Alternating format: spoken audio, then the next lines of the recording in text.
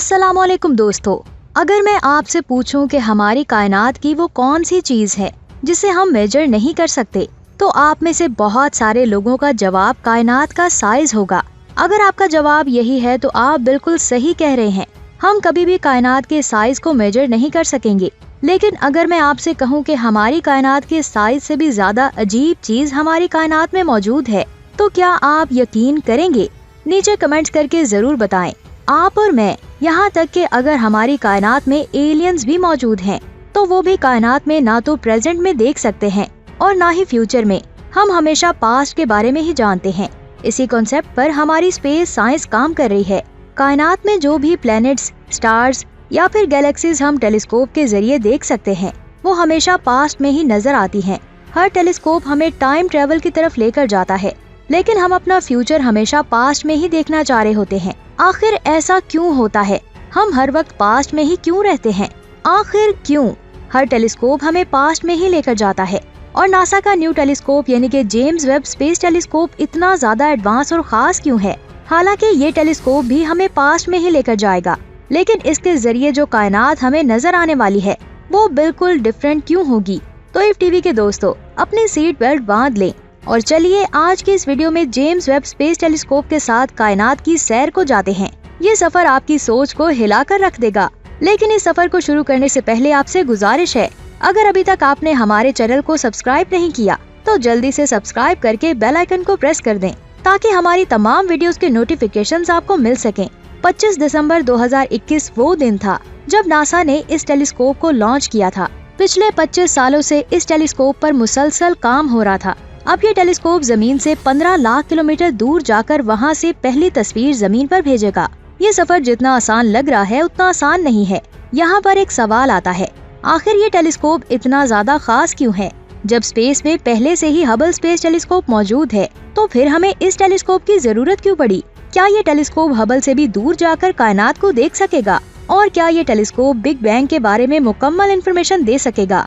इन सवालों के बारे में जानने से पहले आइए ये जानते हैं कि आखिर एक टेलीस्कोप काम कैसे करता है और किस इंस्ट्रूमेंट की वजह से ये सिर्फ कायनात में पास्ट में ही देख सकते हैं। कायनात में किसी भी स्टार या प्लेनेट को देखने के लिए टेलीस्कोप की जरूरत पड़ती है। ये एक ऐसा इंस्ट्रूमेंट है जिसके अंदर लेंस या फिर मिरर लगे होते हैं। ये लेंस किसी भी ऑब्जेक्ट से आने वाली लाइट को रिफ्लेक्ट करके उसकी तस्वीर लेते हैं। यहाँ पर मैं आपको बता दूं, जेम्स वेब स्पेस टेलीस्कोप में 2 मिरर्स हैं, प्राइमरी और सेकेंडरी मिरर। लाइट जैसे ही प्राइमरी मिरर से रिफ्लेक्ट होकर सेकेंडरी मिरर से गुजरती हुई प्राइमरी मिरर पर बने एक होल में जाती है।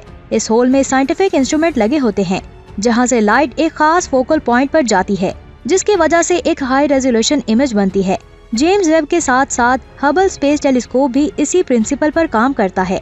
यहाँ पर एक सवाल आता है, आखिर जेम्स वेब स्पेस टेलीस्कोप कितनी दूर तक देख सकता है?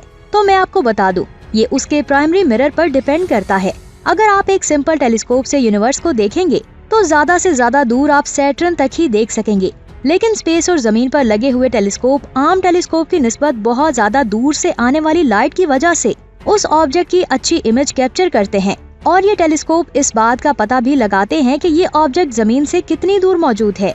1990 में लॉन्च किए गए हबल स्पेस टेलीस्कोप में 2.4 डायमीटर का मिरर लगा हुआ है। इस मिरर की मदद से हबल ने हजारों गैलेक्सीज की क्लियर इमेजेस ली हैं। लेकिन अगर जेम्स वेब स्पेस टेलीस्कोप के मिरर की बात की जाए तो इसका मिरर हबल के मिरर से 3 गुना ज्यादा बड़ा है, जिसकी वजह से ये टेलीस्कोप हबल की निस्बत ज्यादा दूर से आने वाली वेव्स को डिटेक्ट करके इमेजेस ले सकता है। 6161 किलोग्राम भारी इस टेलीस्कोप को यूरोपियन रॉकेट एरियन 5 से लॉन्च किया गया था। लॉन्च होने के 31 मिनट के बाद ये टेलीस्कोप रॉकेट से अलग हो गया था और इसने अपने सोलर एरे डिप्लॉय किए थे, जिसकी वजह से टेलीस्कोप को पावर मिली और इसने काम करना शुरू कर दिया। लॉन्च होने के 3 दिन बाद जेम्स वेब ने अपनी सनशील्ड पैलेट डिप्लॉय की। इस पैलेट की मदद से जेम्स वेब टेलीस्कोप में लगे सनशील्ड बाद में डिप्लॉय होंगे और फिर इसे सन की रेडिएशन और हीट से बचाएंगे। लॉन्च होने के 4 दिन बाद इस टेलीस्कोप में लगे टावर इसके मिरर को थोड़ा ऊंचा करते हैं, जिसकी वजह से ये अपनी परफेक्ट हाइट पर पहुंच जाता है। नेक्स्ट डे इसकी सनशील्ड पर लगे फ्लैप डिप्लॉय होते हैं। इसकी मदद से जेम्स वेब सनशील्ड पर पड़ने वाले सूरज के प्रेशर को कंट्रोल करता है, जिसकी वजह से ये टेलीस्कोप स्टेबल होकर आगे बढ़ रहा है। इसी दिन टेलीस्कोप की शील्ड भी डिप्लॉय होने लगती है। 6वें और 7वें दिन तक ये शील्ड डिप्लॉय होती रहती है। अपने मिशन के 10वें दिन जेम्स वेब अपने मिरर को भी डिप्लॉय कर लेता है। इसके बाद 13वें दिन जेम्स के प्राइमरी मिरर डिप्लॉय होते हैं। अब जेम्स वेब स्पेस टेलीस्कोप मुकम्मल तौर पर खुल चुका है। अब ये अपने ऑर्बिट की तरफ जा रहा है। यहाँ पर मैं आपको बता दूं, सूरज की हीट और रेडिएशन से बचने के लिए जमीन से तकरीबन 15 लाख किलोमीटर दूर ये टेलीस्कोप L2 पॉइंट पर ही ऑर्बिट करता रहता है। ये टेलीस्कोप सूरज को इस तरह ऑर्बिट करेगा कि इस पर हमेशा जमीन की भी ग्रेविटेशनल इन्फ्लुएंस रहेगी। जमीन और सूरज की ग्रेविटी पुल की वजह से ये टेलीस्कोप बहुत ही कम फ्यूल और थ्रस्टर की मदद से अपने ऑर्बिट में घूमता रहेगा। जमीन से इतनी दूर ये टेलीस्कोप अपने न्यूट्रिड फ्यूल से ही काम करेगा। बस यही वजह है कि साइंटिस्ट ने इसे L2 पॉइंट पर रखा है। इससे आगे के ऑर्बिट में इस टेलीस्कोप के साथ एस्ट्रॉइड्स के टकराने का भी खतरा हो सकता है, इसीलिए ये ऑर्बिट स्टेबल है। इस ऑर्बिट में ये टेलीस्कोप जमीन की वजह से सूरज के खतरनाक पार्टिकल से भी बचा रहेगा। 25 जनवरी को ये टेलीस्कोप L2 पॉइंट पर पहुंचकर सूरज को ऑर्बिट करने लगेगा। पहले मंथ में ये अपने इंस्ट्रूमेंट को कूल डाउन करने के साथ साथ इन्हें ऑन भी करेगा। यहाँ पर मैं आपको बता दूं, स्पेस वैक्यूम की वजह से बहुत ही ठंडी जगह होती है। जेम्स वेब स्पेस टेलीस्कोप के बहुत सेंसिटिव इंस्ट्रूमेंट्स को इस ठंड और सूरज की गर्मी दोनों का सामना करना पड़ेगा। इसकी जो साइड सूरज की तरफ होगी वो बहुत ज्यादा गर्म होगी और जो साइड सूरज से दूर होगी वो इतनी ज्यादा ठंडी होगी कि यहाँ पर आप नाइट्रोजन गैस को लिक्विड में बदल सकते हैं। जेम्स वेब को इस टेम्परेचर से बचाने के लिए सनशील्ड लगाई गई है, जिसकी वजह से ये टेलीस्कोप अपने मिरर को गर्म होने से बड़ी आसानी से बचा सकता है। इस शील्ड को इस तरह डिजाइन किया गया है कि ये हीट को रिफ्लेक्ट करके टेलीस्कोप को ठंडा करके रखता है ताकि इसके इंस्ट्रूमेंट अच्छे से काम कर पाएं। -220 डिग्री पर इसके मिरर और इंस्ट्रूमेंट स्पेस में काम करते हैं। इसके बाद नासा इसके प्राइमरी मिरर और सेकेंडरी मिरर की मूवमेंट को वेरीफाई करेगा और फिर ये टेलीस्कोप L2 पॉइंट पर अपनी ट्रेजेक्ट्री को बदलेगा। फिर इसके बाद इसी पॉइंट से अपना ऑर्बिट स्टार्ट करेगा। यहाँ मैं आपको बता दूं, मिशन के 4 माह बाद नासा इसके तमाम इंस्ट्रूमेंट्स चेक करेगी और फिर इसे ब्राइट स्टार की तरफ लॉक कर देगी। टेलीस्कोप्स किसी भी स्टार या फिर प्लैनेट्स को इसी तरह ऑब्जर्व करते हैं।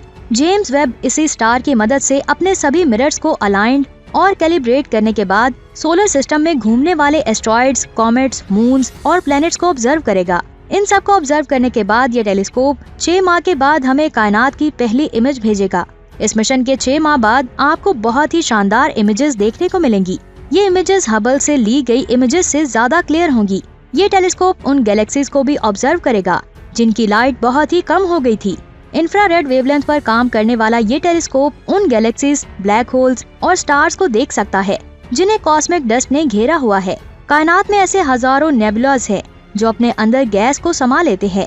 इन गैसेस की वजह से इनके अंदर बन रहे न्यू स्टार्स और प्लैनेट्स को हम विजिबल लाइट में नहीं देख सकते। इसीलिए ये टेलीस्कोप इंफ्रारेड पर काम करेगा, जिसकी वजह से हम न्यू स्टार्स को भी देख सकेंगे। यहाँ पर एक सवाल आता है, इंफ्रारेड सेंसर तो हबल स्पेस टेलीस्कोप में भी है जो फेंट गैलेक्सी को भी डिटेक्ट कर सकता है। हबल टेलीस्कोप से हमने कायनात की सबसे पुरानी गैलेक्सी GN-Z11 की लाइट को डिटेक्ट किया है। जब हबल टेलीस्कोप इतनी दूर तक सब कुछ देख सकता है तो फिर हमें जेम्स टेलीस्कोप की जरूरत क्यों पड़ी? तो मैं आपको बता दूं, आप जितना ज्यादा दूर देखना चाहेंगे आपको उतना ज्यादा बड़ा टेलीस्कोप चाहिए होगा और इसके साथ इंफ्रारेड सेंसर की भी जरूरत होगी ताकि दूर से आने वाली रेड शिफ्ट वेवलेंथ को डिटेक्ट किया जा सके। ये टेलीस्कोप हमें बिग बैंग के 10 करोड़ साल बाद की कायनात को बहुत ही अच्छे तरीके से दिखाएगा और हम कायनात को और भी अच्छे से जान पाएंगे। यहाँ पर हम गैलेक्सीज की फॉर्मेशन को भी देख सकेंगे और ये भी देखेंगे कि क्या एक गैलेक्सी किसी ब्लैक होल की वजह से अपनी शेप बनाती है या फिर कोई और वजह है जिसके बायस गैलेक्सीज हमें कायनात में अलग अलग शेप्स में दिखाई देती हैं। आइए अब बात करते हैं कि टेलीस्कोप से हम हमेशा पास्ट में ही क्यों देखते हैं। तो मैं आपको बता दूं, ये लाइट की स्पीड पर डिपेंड करता है जो 3 लाख किलोमीटर पर सेकंड है। इससे ज्यादा स्पीड कभी भी नहीं हो सकती। बस यही वजह है कि हम और हमारे टेलीस्कोप हर चीज को पास्ट में ही देखते हैं। यहाँ पर एक और सवाल आता है, क्या हम जेम्स वेब से किसी एक्सोप्लैनेट को देख सकते हैं? एक्सोप्लैनेट को देखना थोड़ा मुश्किल है क्योंकि किसी स्टार के मुकाबले में एक्सोप्लैनेट बहुत छोटा होता है और इसके पास कोई लाइट भी नहीं होती, जिसकी वजह से एक्सोप्लैनेट को ऑब्जर्व करना बहुत ही मुश्किल होता है। इन्हें सिर्फ स्टार की मूवमेंट या फिर ट्रांजिट मेथड के जरिए ही ढूंढा जा सकता है। यहाँ पर मैं आपको बता दूं, James Webb space telescope Kepler space telescope से भी ज्यादा एडवांस तरीके से एक्सोप्लैनेट्स को ढूंढ सकेगा, लेकिन साइंटिस्ट इसे सिर्फ गैलेक्सीज, ब्लैक होल्स, स्टार्स और नेबुलास को ही स्टडी करने पर फोकस कर रहे हैं। अपने 10 साल के सफर में ये टेलीस्कोप हमें कायनात के उन राजों को सुलझाने में हेल्प करेगा जिनके बारे में हम सोच भी नहीं सकते। जिस तरह हबल से आज एस्ट्रोनॉमी को पॉपुलर किया गया है, उसी तरह जेम्स वेब स्पेस टेलीस्कोप भी एस्ट्रोनॉमी साइंस की पूरी दुनिया को बदल कर रख देगा। इसके जरिए हम उन चीजों को भी देख सकेंगे जिन्हें हम सोच भी नहीं सकते। $10 बिलियन का ये स्पेस टेलीस्कोप हमें 14 अरब साल की कायनात को 1 घंटे में ही समझा देगा। तो इफ टीवी के दोस्तों, आज की ये वीडियो आपको कैसी लगी, नीचे कमेंट्स करके जरूर बताएं। अगर आप ऐसी ही मजीद वीडियोस देखना चाहते हैं तो हमारे चैनल को सब्सक्राइब करके बेल आइकन को प्रेस कर दें। अपना बहुत सारा ख्याल रखें। अल्लाह हाफिज।